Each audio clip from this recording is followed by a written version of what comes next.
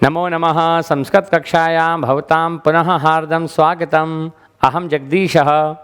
अद्य संस्कृतकक्षायां वयं गद्यांशाधारितप्रश्नानाम् अभ्यासं कुर्मः। सर्वप्रथमं गद्यांशं पठामः, तस्य अर्थं जानीमः, अर्थानुसारं प्रश्नानां ग्रहणम्, अनन्तरम् उत्तरम्। पावनसलिलनर्मदा, नर्मदाष्टकं वयं जानीमः।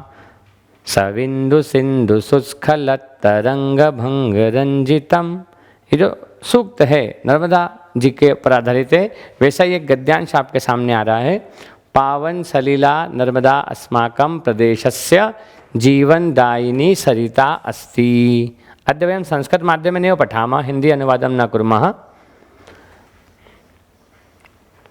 संस्कृतमाध्यमेन पठनेन अर्थग्रहणं सम्यक्तया भविष्यति। पावन सलिला नर्मदा, पावन सलिला का, पावन सलिला नर्मदा अस्माकं प्रदेशस्य जीवनदायिनी। अस्माकं प्रदेशः मध्यप्रदेशः, अत्र लिखितं नास्ति, किन्तु ये मध्यप्रदेशीयाः छात्राः सन्ति ते जानन्ति मध्यप्रदेशस्य जीवनदायिनी का, मध्यप्रदेशस्य जीवनदायिनी नर्मदा। सरिता शब्दस्य पर्यायवाची अस्ति नदी। सरिता इत्युक्ते नदी।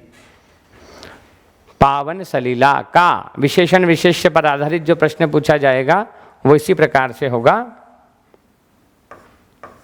विशेषणम, विशेषणम किम? पावन सलिला। विशेष्यम किम? नर्मदा।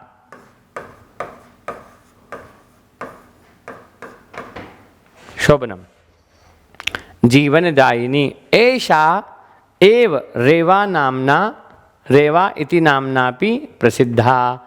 नामना, नामना धन अपि, नाम से भी जानी जाती है। यहाँ पे अनुस्वार की बिंदी नहीं आएगी। अस्याः तटे अनेकानि तीर्थस्थानानि।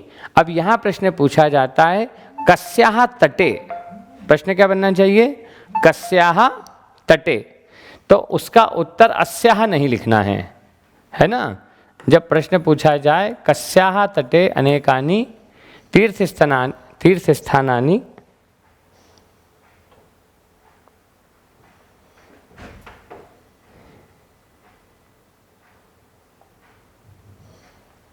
पुनः देख लेते हैं एक बार।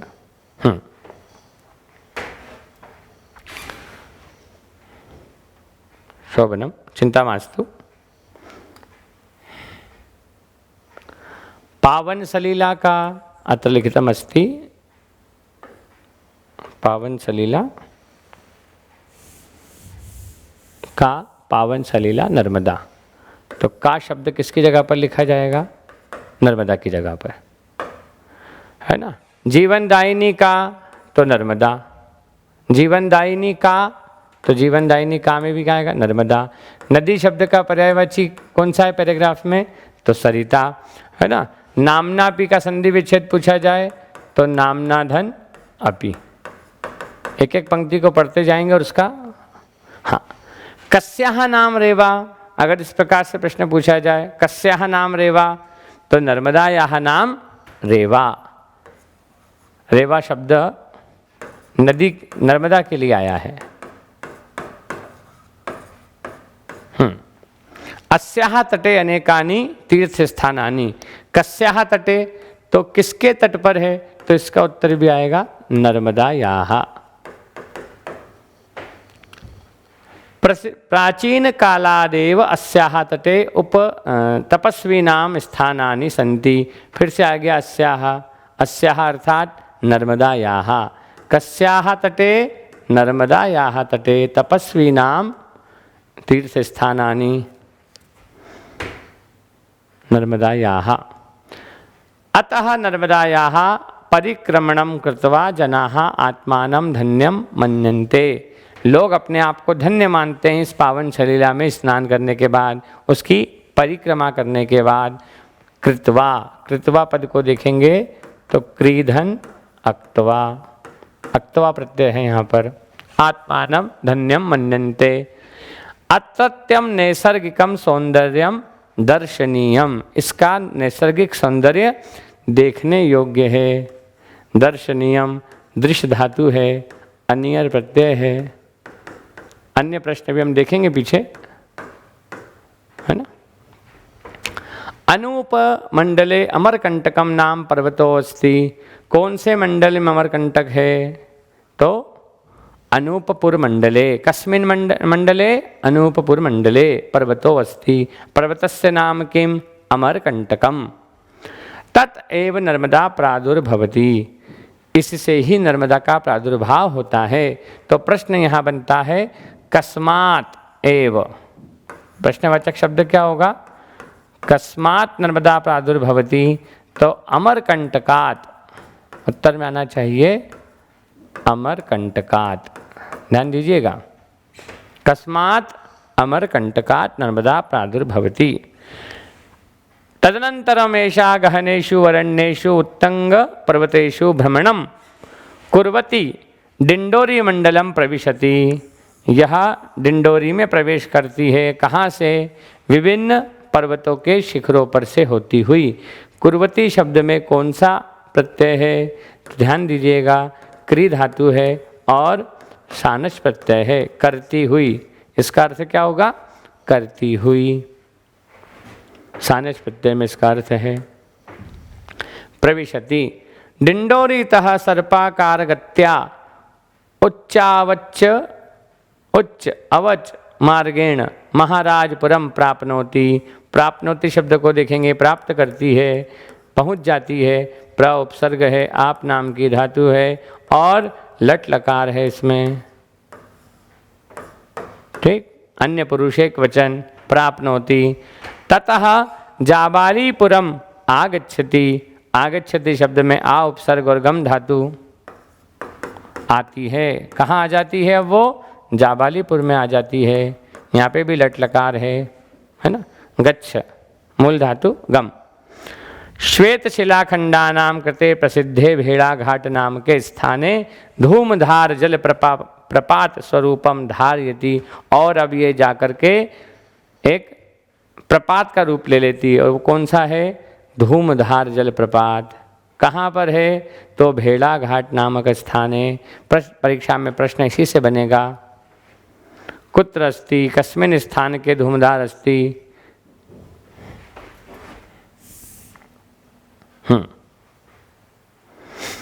कस्मिन् स्थाने धूमधार जलप्रपात अस्ति? अमरकंटके भेड़ाघाट नाम के, क्षमा चाहूँगा, जाबालीपुरे भेड़ाघाट नामकम स्थानकम अस्ति। तद्वद अवलोकनार्थम बहवः पर्यटकाः अत्र आगच्छन्ति, यहाँ पर बहुत सारे पर्यटक आते हैं। पुनः आ गया आगच्छन्ति, आ उपसर्ग गम धातु लट लकार, अन्य पुरुष बहुवचनम। नर्मदा नद्यामेव बर्गी इंदिरा सागर सरदार सरोवर आदयः बंधाः निर्मिताः सन्ति। नर्मदा नदी पर कौन कौन से बांध हैं? नर्मदा नदी पर पहला बांध है बरगी, दूसरा है इंदिरा सागर, तीसरा है सरदार सरोवर, और भी बांध हैं। इन तीन के नाम यहाँ पर उपलब्ध हैं। तो आपको ध्यान रखना है, यदि परीक्षा में प्रश्न पूछा जाए कति बांधाः सन्ति, तो बहवः बांधाः सन्ति, बंधाः सन्ति, तीनों के नाम हो। चौथे में विकल्प दिया हो सर्वे, तो बरगी इंदिरा सागर सरदार सरोवर, चौथा ऑप्शन सर्वे, तो हम सर्वे को चुनेंगे। ए भी बंधैः विद्युत उत्पादनम भूमि सेचनम जल परिवहनम अभयारण्य निर्माणम पर्यटन स्थल निर्माणम इत्यादि विविध लाभाः भवन्ति। इन बांधों से इतने प्रकार के लाभ होते हैं। यहाँ पर बिजली बनाई जा रही है, भूमि सिंचाई योग्य भूमि जो होती है उसके लिए सिंचाई के जल प्राप्त हो जाता है। जल परिवहनम आवागमनम के साधन है, और अभयारण्य का निर्माण उनके चारों तरफ किया गया है। वन्य जीवों का संरक्षण, वनस्पतियों का संरक्षण, विविध लाभाः सन्ति। ये पूरा गद्यांश पिछली परीक्षाओं में पूछा जा चुका है। इस पर आधारित जो प्रश्न आ चुके हैं उनका अभ्यास देख लेते हैं। आप चाहें तो इसका स्क्रीनशॉट रख लें। शोभनम।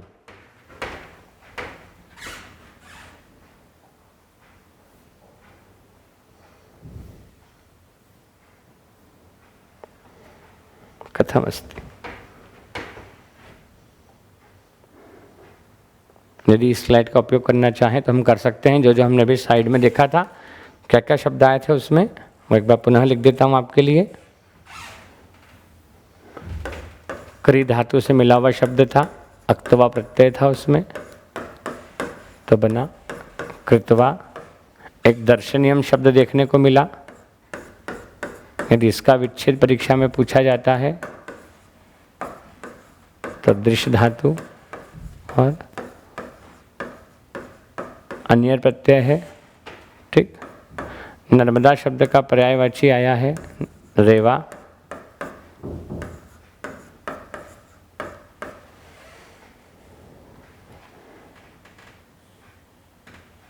नर्मदा का पर्यायवाची हो गया रेवा। ऐसे नदी के लिए पर्यायवाची शब्द प्रयोग में आया है सरिता। अन्य कुछ धातु भी थी, प्र उपसर्ग है वहाँ पर, जिससे प्राप्नोति बन रहा है। प्रधन आप,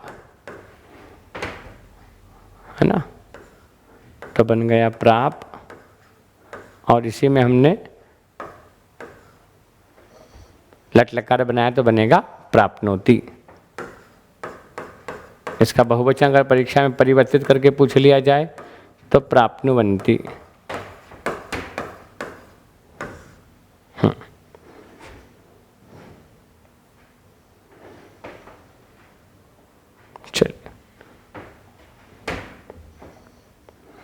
जो प्रश्न आ चुके हैं उनका अभ्यास कर लें। जनाः किम कृत्वा आत्मानं धन्यम मन्यते। परीक्षा उपयोगी प्रश्न पूछा जा चुका है। जनाः किम कृत्वा आत्मानं धन्यम मन्यते। पैराग्राफ में आप देखेंगे दर्शनम, 4 शब्द हैं, परिक्रमणम, तो ये वाला विकल्प ज़्यादा सही है। ये वाला विकल्प ज़्यादा सही है। नर्मदायाः परिक्रमणम कृत्वा, ध्यान से देखें, पर्वतेषु व्रणम कृत्वा तद्लोकनार्थम।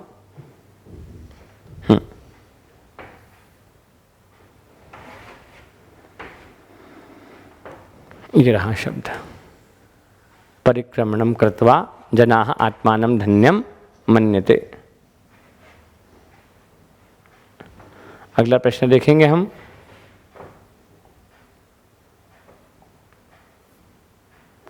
उद्भवति पदस्य समानार्थक शब्दः अनुच्छेदे अस्मिन् प्रयुक्तः तच्चित्वा लिखत। ऐसा कौन सा शब्द है जो उद्भवति को बतलाता है? वेगेन धावती, वेग से दौड़ती है। प्रादुर्भवति, उद्भवति, तो सही शब्द हो गया आपका प्रादुर्भवति। ठीक है, प्रादुर्भवति। यहाँ पर भी है, आपके सामने शब्द दिखा देता हूँ मैं।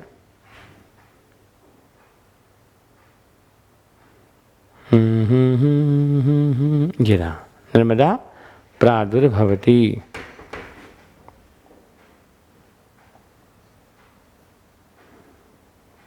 अगला प्रश्न, नर्मदायाः अपरम नाम अपि अनुच्छेदे प्रयुक्तः तच्चित्वा लिखत।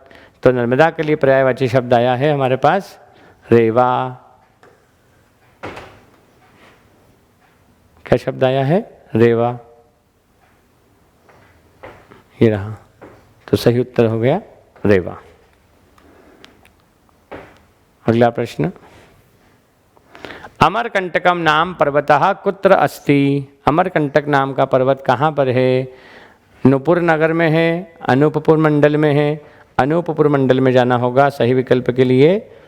गद्यांश आधारित प्रश्न है, ये लिखा हुआ है अनूपपुर मंडले, तो सही उत्तर हो गया आपका अनूपपुर मंडले।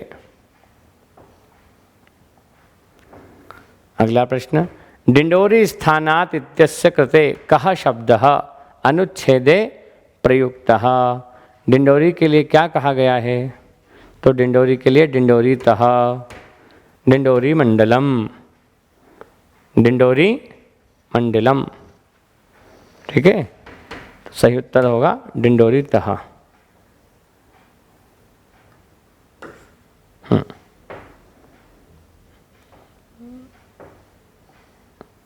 एक और प्रश्न देखें। तद्द्रष्टुम, उसे देखने के लिए, उसे अर्थात नर्मदा को देखने के लिए, धूमधार जलप्रपात को देखने के लिए तद्द्रष्टुम इत्यस्य कृते कः शब्दः। बहुत महत्वपूर्ण शब्द है संस्कृत ज्ञानार्थम। तद अवलोकनार्थम, पैराग्राफ को ध्यान से देखेंगे, यहाँ लिखा हुआ है तद अवलोकनार्थम बहवः पर्यटकाः अत्र आगच्छन्ति।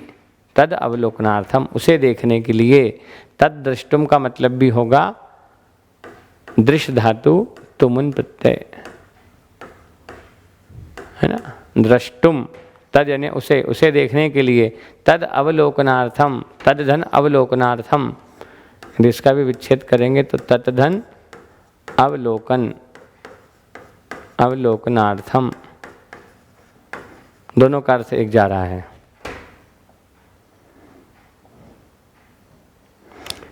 उत्तुंग पर्वतेषु पदे का विभक्ति। पर्वतेषु, बालकेषु, छात्रेषु, युवकेषु, सप्तमी का बहुवचन, है ना, सप्तमी का बहुवचन है ये। छात्रेषु, युवकेषु। अगला प्रश्न, बंधाः इति पदे किम वचनम। बंधाः, एक से अधिक बांध है ना, जब एक बांध होगा तो बंधः, ज़्यादा हो गए तो बंधाः। बहुवचनम, बहुत सारे बांध है उसके ऊपर। बंधाः निर्मिताः सन्ति, बांध अधिक हैं, बहुवचन में हैं। का जीवनदायिनी सरिता। गद्यांश के पढ़ने के पहले हमने देखा था कि जीवनदायिनी नदी का नाम क्या है, तो जीवनदायिनी नदी है नर्मदा। नर्मदा जीवनदायिनी सरिता अस्ति। ठीक है, नर्मदा। ये प्रश्न परीक्षाओं में आ चुके हैं, गद्यांश आ चुका है। चल, ऐसा ही एक महत्वपूर्ण गद्यांश और देखेंगे हम।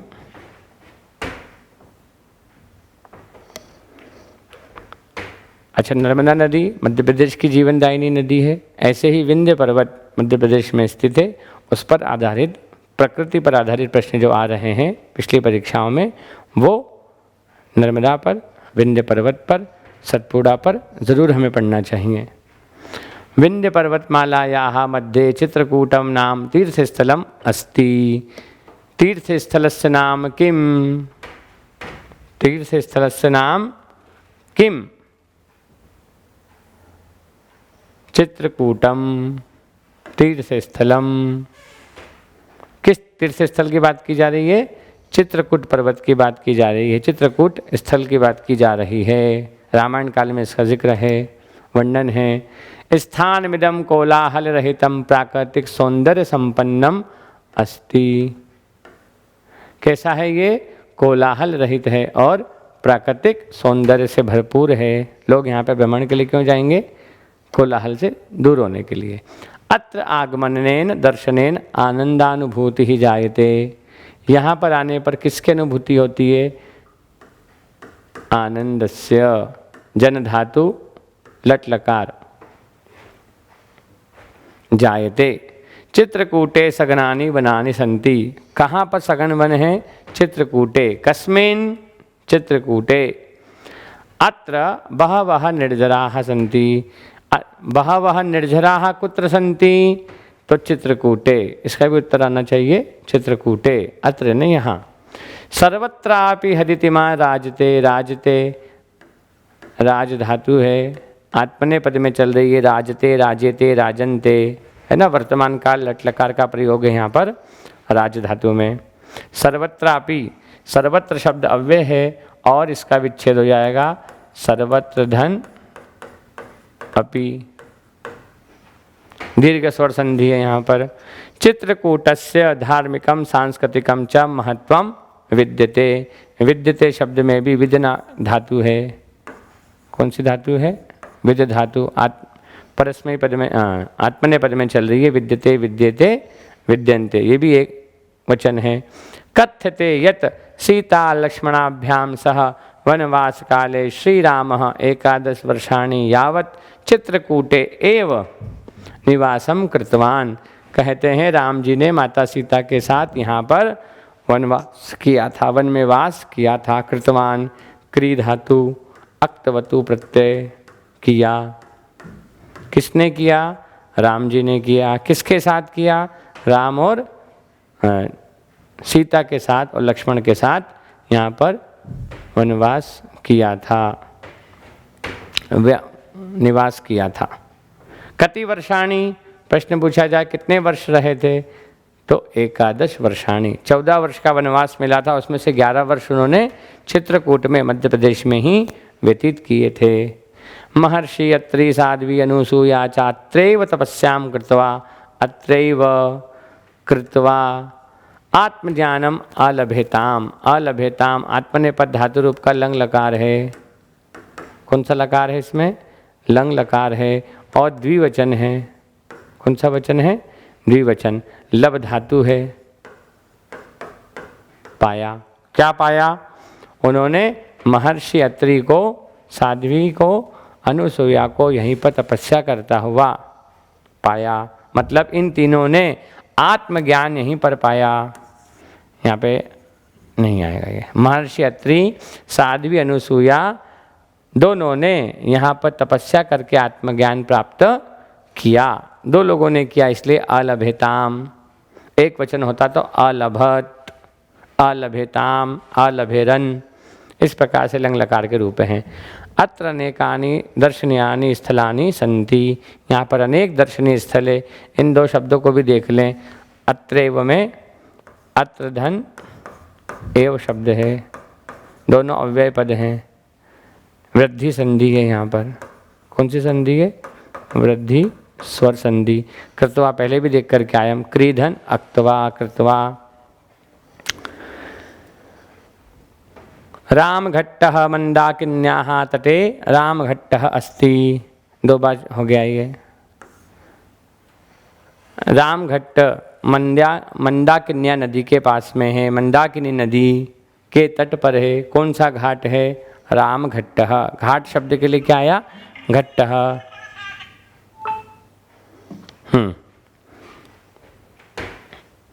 अत्र प्रायेण तीर्थयात्रीणाम सम्मर्दः। सम्मर्द अर्थात भीड़। दर्शनार्थियों की जो भीड़ होती है उसे हम क्या कहेंगे? जन सम्मर्दः, लोगों की भीड़। सम्मर्दः भवति। सायंकाले मंदाकिन्याः निराजन समये, आरती के समय, निराजन अर्थात आरती के समय। देखिए गद्यांश को पढ़ते समय जो नए नए शब्द आते हैं उन्हीं से शब्द भंडार में वृद्धि होती है। आरती के समय मनोरम दृश्यम भवति। शाम के समय मंदाकिनी के तट पर आरती के समय, जब आरती का समय हो जाता है तब बहुत ही मनोरम दृश्य देखने को मिलता है। रामघट्टात् नाति दूरमेव, नाति दूरमेव विच्छेद कर लीजिए। न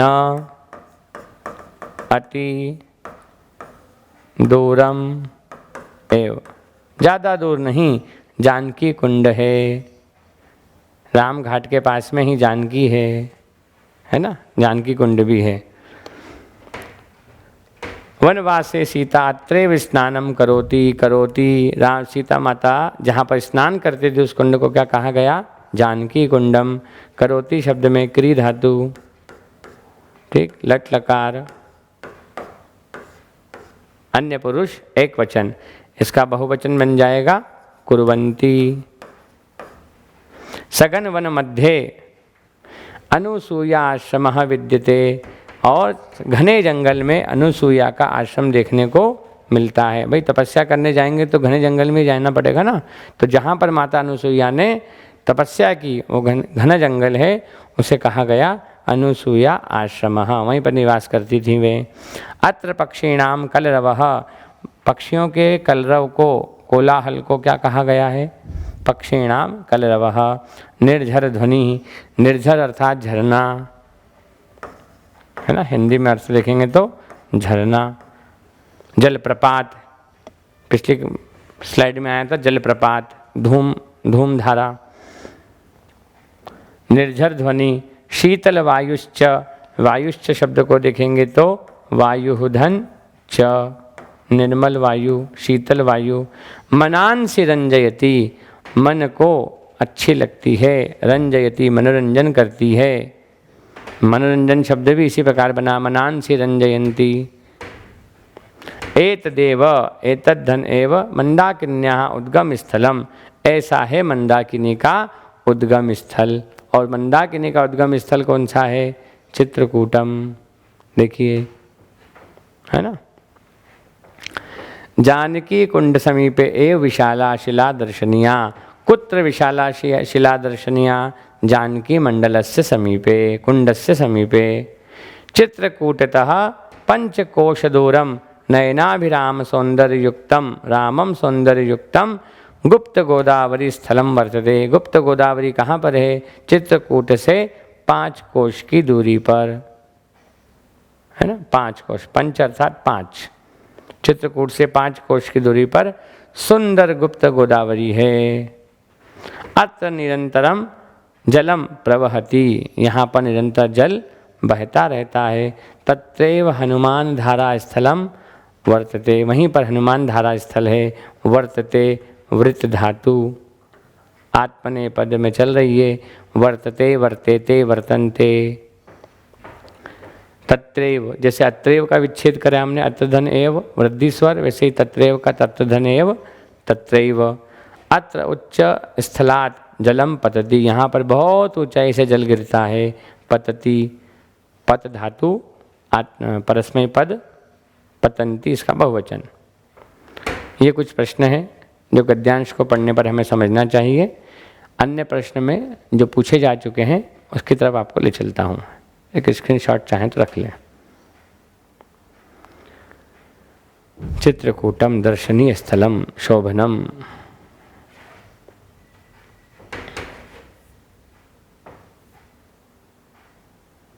ये देखिए प्रश्न जो पूछा जा चुका है। दर्शनेन च किम भवति, दर्शन से क्या होता है? दर्शन से आनंद की अनुभूति होती है, क्लेश की अनुभूति होती है, पीड़ा का अनुभव होता है, या ज्वर की अनुभूति होती है? तो हम सभी जानते हैं दर्शन करने से आनंद की अनुभूति होती है। दर्शनेन आनंदानुभूति ही वर्तते। द्वितीय प्रश्न, सीता लक्ष्मणाभ्याम सह कह अत्र वासम कुर्यात् अकरोत्, किसने वास किया था? तो राम जी ने किया था। ये रहा। कथ्यते सीतारामाभ्याम सह श्री राम, राम जी रहे थे। वनवास किसे मिला था? राम जी को मिला था। माता सीता ने स्वयं स्वीकार किया और लक्ष्मण जी ने उनके साथ रहने की अनुमति दी।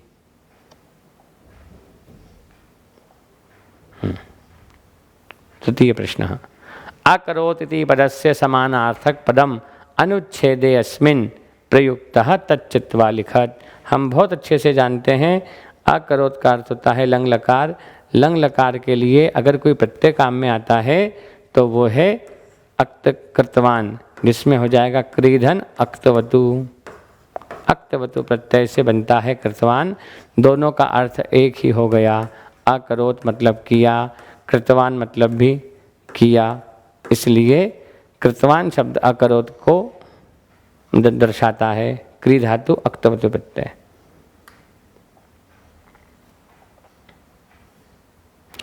का नाम साध्वी तपस्याम कृत्वा आत्मज्ञानम प्राप्तवती, कौन सी साध्वी है जिसने आत्मज्ञान प्राप्त किया? तो साध्वी का नाम है माता अनुसूया, जिनके आश्रम की जानकारी आपको यहाँ दी गई है। अनुसूया आश्रम। तो देवी का नाम क्या है? अनुसूया। आत्मज्ञान प्राप्त करने वाली पहली हमारी साध्वी है अनुसूया, माता अनुसूया। एक लाइन ऊपर देख लेते हैं, ये रहा। अत्रि ने और अनुसूया माता ने आत्मज्ञान प्राप्त किया।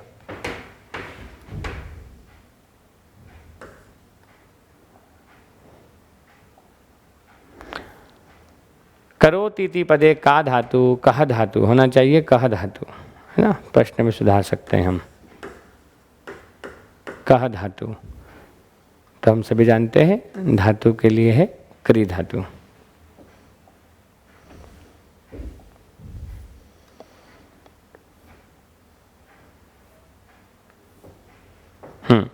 रंजयन्ति इति पदस्य एक वचने किम भवति। जैसे पठति पठता पठन्ति, वैसे ही रंजयति रंजयतः रंजयन्ति। तो रंजयति इसके लिए एक वचन होगा।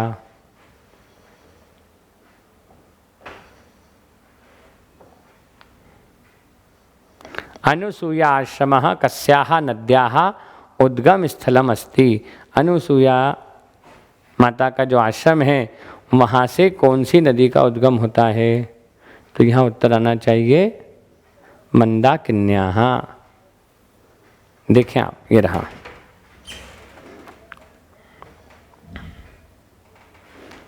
एतदेव मंदाकिन्याः उद्गम स्थलम, है ना। शीतल वायु मनान से रंजयंती के साथ जो हमने देखा था, तो यहाँ हो गया मंदाकिन्याः। अनुसुईया माता ने तपस्या की, वो कौन सी नदी के तट पर है, मंदाकिन्याः। चित्रकूटतः कियत् दूरम, कितनी दूर गुप्त गोदावरी है। गद्यांश को पढ़ते समय आया था एक शब्द पंचकोश, है ना। ये उत्तर आ जाएगा इसका पंचकोश मितम।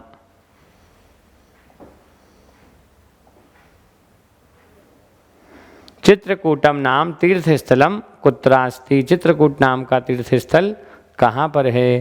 तो पहले ही पंक्ति में लिखा है विंध्य पर्वतमालायाः मध्ये, विंध्य पर्वतमालायाः मध्ये। गद्यांश की प्रथम पंक्ति में ही है। इस प्रकार से ये प्रश्न आपके सामने हैं, उनके उत्तर हैं, गद्य का अर्थ है, उससे होने वाले अन्य महत्वपूर्ण प्रश्न हैं जो किसी भी गद्यांश में आ सकते हैं। मैं बार बार कह रहा हूँ कि जिन गद्यांश का या पद्यांश का हम अभ्यास कर रहे हैं, येषां गद्यांशानां पद्यांशानां कक्षायाम अभ्यासम चलति तेषु ये शब्दाः क्रियापदाः पर्यायवाचिनः प्रयुक्ताः सन्ति ते आगामी परीक्षासु महत्वपूर्णाः सन्ति। अतः अस्माभिः तेषां शब्दानाम् अभ्यासम् अवश्यमेव कर्तव्यम्। इतोपि प्रश्नाः सन्ति वा न। तर्हि अत्र कक्षासमापनं कुर्मः, पुनः मिलामः। आगामी कक्षायां वयं पेडोगागी इत्यस्य शिक्षणशास्त्राधारित प्रश्नानाम् अभ्यासं करिष्यामः। नमो नमः, धन्यवादः, पुनः मिलामः।